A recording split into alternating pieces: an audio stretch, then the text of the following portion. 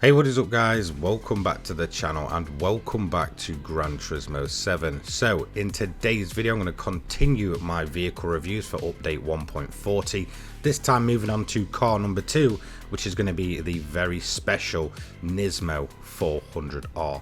It's based on the R33 generation of Nissan Skyline GTR, however it's definitely not along the same lines. Where the R33 feels a little bit like the black sheep, this thing kind of just proves all the naysayers completely wrong as far as special editions go.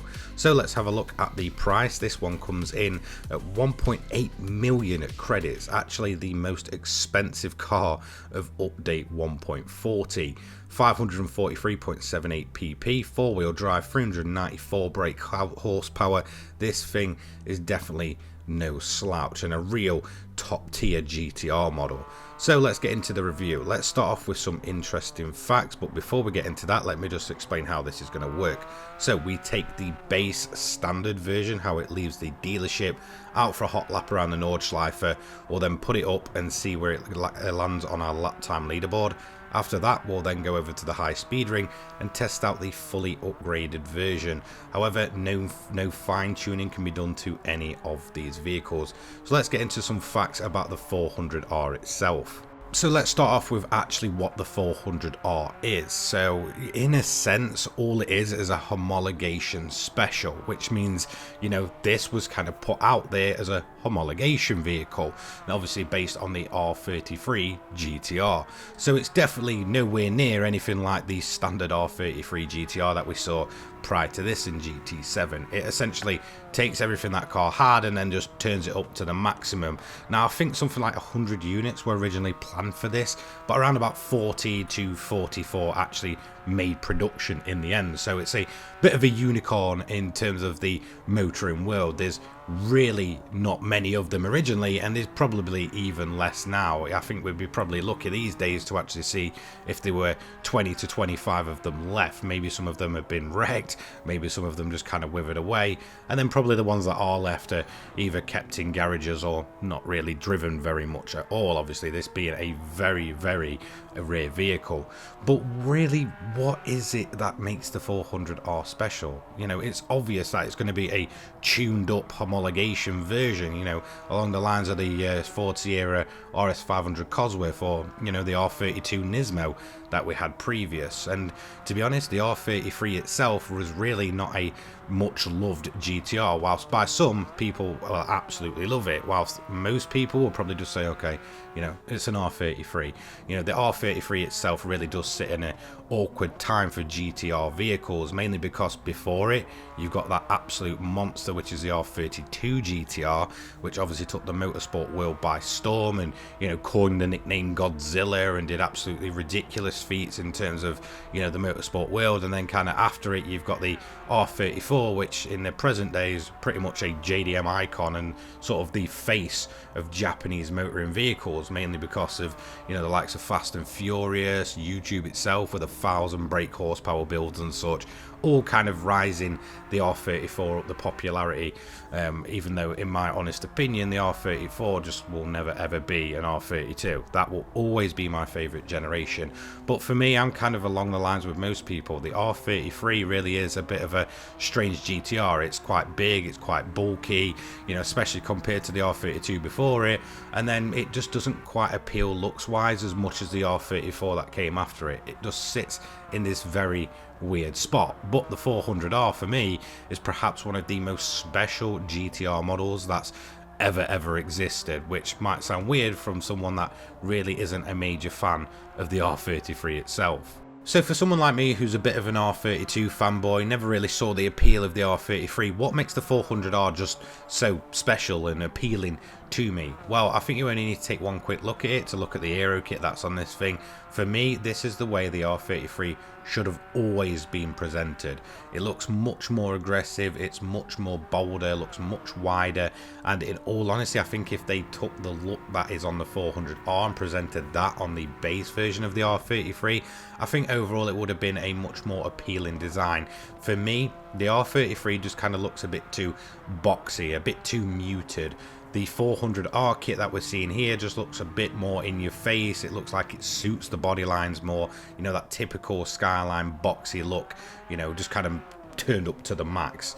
Pair that with the wheel that are on this thing and it just looks absolutely incredible from a visual standpoint.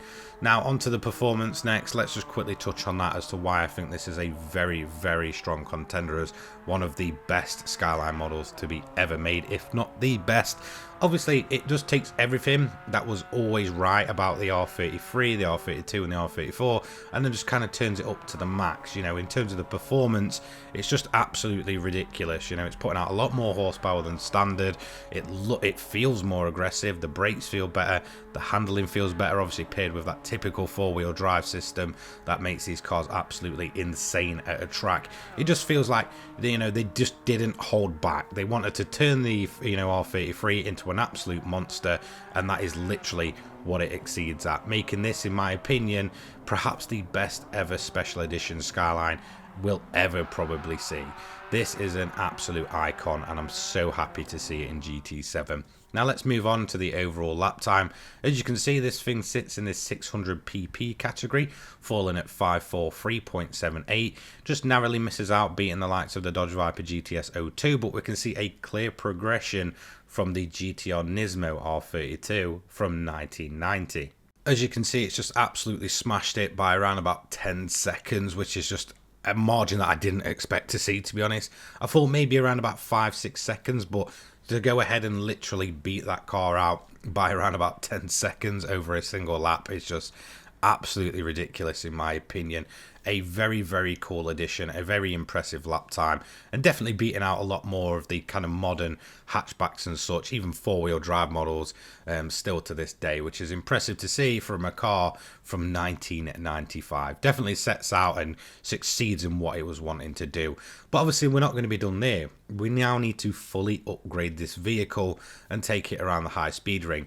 And that's where this car, in terms of GT7 potential, becomes absolutely ridiculous. This thing will hit way over 200 mile an hour and will actually hit 220 miles per hour in its standard version without any sort of fine tuning in fourth gear. Yeah, fourth gear. This thing is just absolutely insane. It, you know, okay, the Generations and the Skylines and stuff are always great tuning platforms, but I did not expect the 400R here to be performing that well when fully upgraded. It's just ridiculous. The tuning potential for this vehicle may be one of the best in the game, and in fact it's so impressive that even on the banked left-hander there, I actually had to brake to be able to get the car around. That's how quick this is. Now, definitely in terms of the fine-tuning, it would definitely need the gear ratios kind of shortening. They are far too long, to the point where just putting all the upgrades on will hit this car to way over 230. You know, it's just absolutely bonkers. You're pairing that with a four-wheel drive and a ton of aero to suck it to the floor, and you do have the best base perhaps in the entire game in terms of tuning and getting a ridiculous, you know, performing car out of it. It's just, yeah, definitely exceeded my expectations from a game perspective, and overall I honestly think this may be one of the best cars that came along with 1.40, if not ever, in terms of, you know, post-launch content for GT7. So overall, this is a fantastically quick car, and you can turn it up to some ridiculous performance levels. So as you can see, this vehicle sits at 800 pp, 104.720, just losing out to the F-Type there, and beating once again the GTR Nismo by around about a second. So again, we're seeing a clear jump. However, I don't think that PP tells all the story because of the way it's tuned, and I can't go and fine tune it. I honestly think with fine tuning, we could definitely see this thing way into the 1 minute ones, 1 minute twos. This thing is just absolutely ridiculous. So overall, the 400R does not disappoint. From standard, 980 brake horsepower, weighing just over a ton. This thing, absolute brute. So happy to see it in the game. So yes, it exceeds all expectations I had for it. It's one of the coolest Skyline based vehicles ever made. So there we go, that is full car review number 2 of 7 done and dusted. We've talked about the Tesla, tried to get the worst of the worst out of the way first, and then obviously moved into perhaps one of the best, the 400R. This is an absolutely ridiculous car. fully tuned, I could definitely see a ton of impressive laps coming out with this thing. It's absolutely bonkers. Give it a go. Let me know what you think. Personally, I absolutely love this vehicle. That's going to be it from me today, and I will see you in the next one. Take care, guys. Peace.